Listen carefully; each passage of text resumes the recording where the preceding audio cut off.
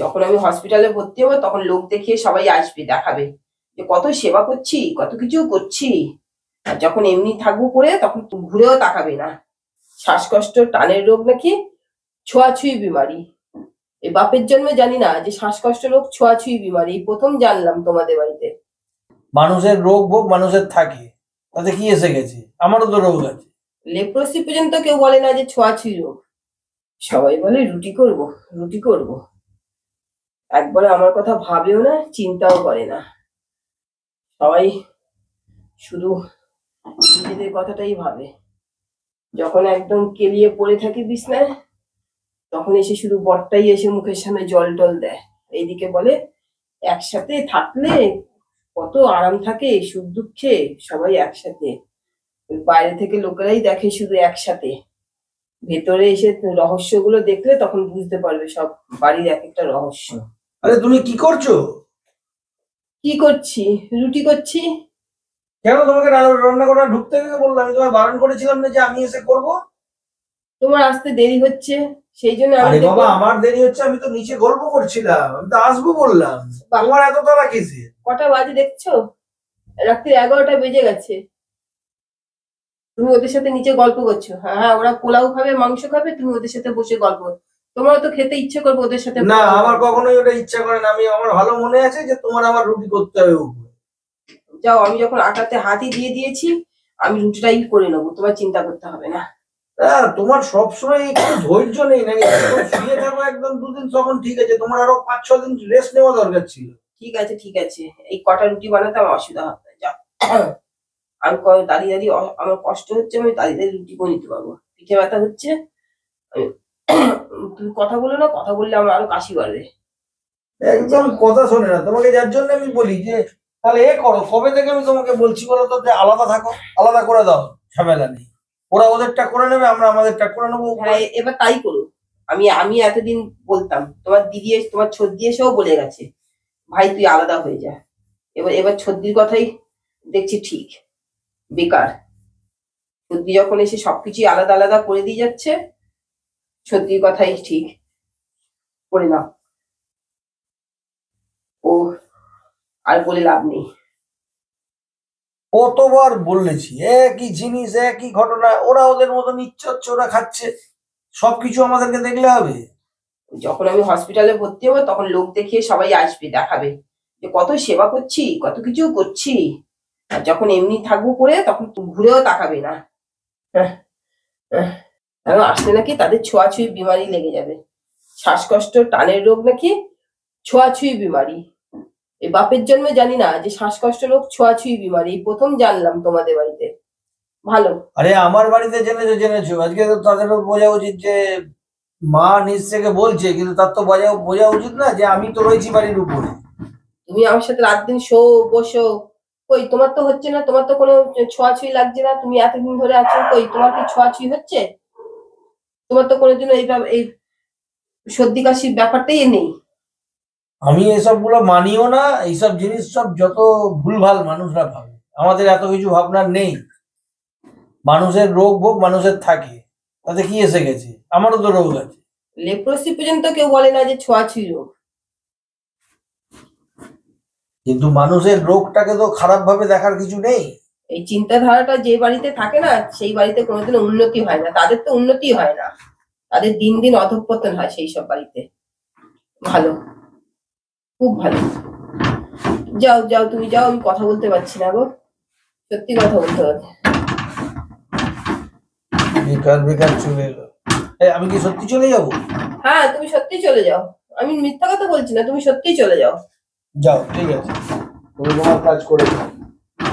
হাত যখন নোংরা করেছি যখন আমি, তো আমিই করবো। গেলো হলো তোমার? এই তো আর একটা রুটি বাকি আছে। আরো একটা? হ্যাঁ। তাহলে আমি কি তরকারিটা গরম করে ফেলবো? নাও, করে নাও তরকারিটা। দেখি এখানে বসাতে হবে তো? না না, এখানে না না না না, মাইক্রোতে মাইক্রোতে। এটা মাইক্রোতে বসাবে? হ্যাঁ হ্যাঁ। দেখো কতটুকু তরকারি আছে, আগে দেখো। ও যা আছে খেয়ে নিতে হবে, রাত্রিবেলাতে আর কি করা যাবে। না না, তাহলে তুমি খেয়ে নিও আর আমি মধু দিয়ে খেয়ে নেবো গরম গরম রুটি। সে পরের প্রশ্ন, আগে চলো তো। কেন সেটা তো আমাকে বলতে পারতে।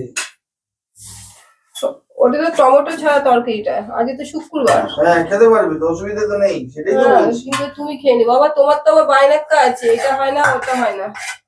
আজকে আমার 14 পুরুষের কপাল ভালো, তোমার মুখে কোনো রা নেই, নাহলে তো অন্যদিন এটা খাবো না ওটা খাবো না।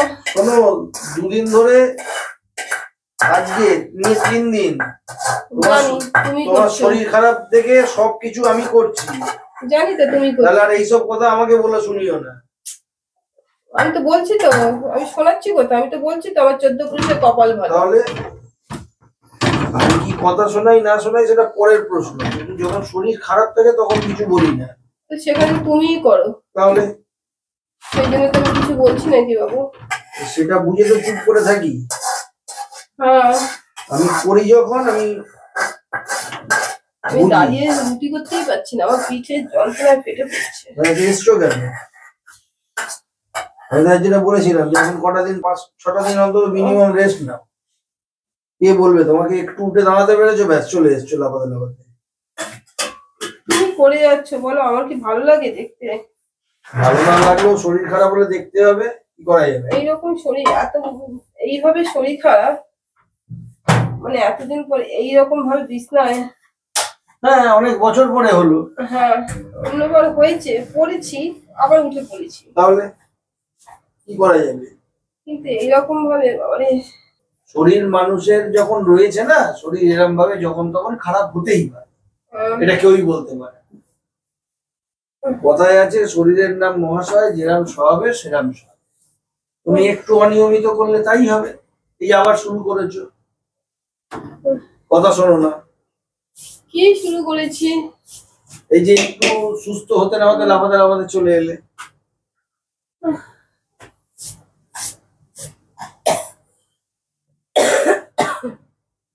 যাক ছেড়ে মাস্ক দাও। পরতে পারছি না, মাস্ক পরলে কাশলে দম টম বন্ধ হয়ে আসছে, যখনই কাশিও পাচ্ছে তখন এই রুমাল মুখটাকে নিয়ে এইভাবে কেশে নিচ্ছি। ওরা আবার বলছে কাশলে মুখের থেকে থুতু বেরোচ্ছে, এরা আমার কি সেই জ্ঞান কাণ্ডটা নেই নাকি? আমি যখনই কাশি পাচ্ছে কি করছে তখন তো আমি এইভাবে কাশছি। তোমারও এরকম বাচ্চার মতন কাশার কি আছে? তুইও তো হাতে একটা রুমাল রেখে দিতে পারতে, মাস্ক নয় নাই বললে।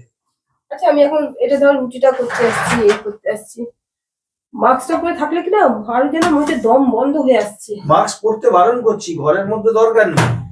হ্যাঁ। বাড়িতে লোকজন এলো মাস্কটা পরে বসে না থাকে। আমি ওই জন্য ওদেরকে কি বলেছি বলতো, তোমাদের আসতে হবে না, উপরে কাউকে আসতে হবে না, তোমাদের যখন এত বায়নাক্কা হ্যাঁ আমিও তো বলে আসতে হবে না, এসেছি, যাদের অসুবিধা আছে তাদের কারোর কাউকে দরকার আসতে নেই। হবে না, আমার বাড়িতে আসতে হবে না।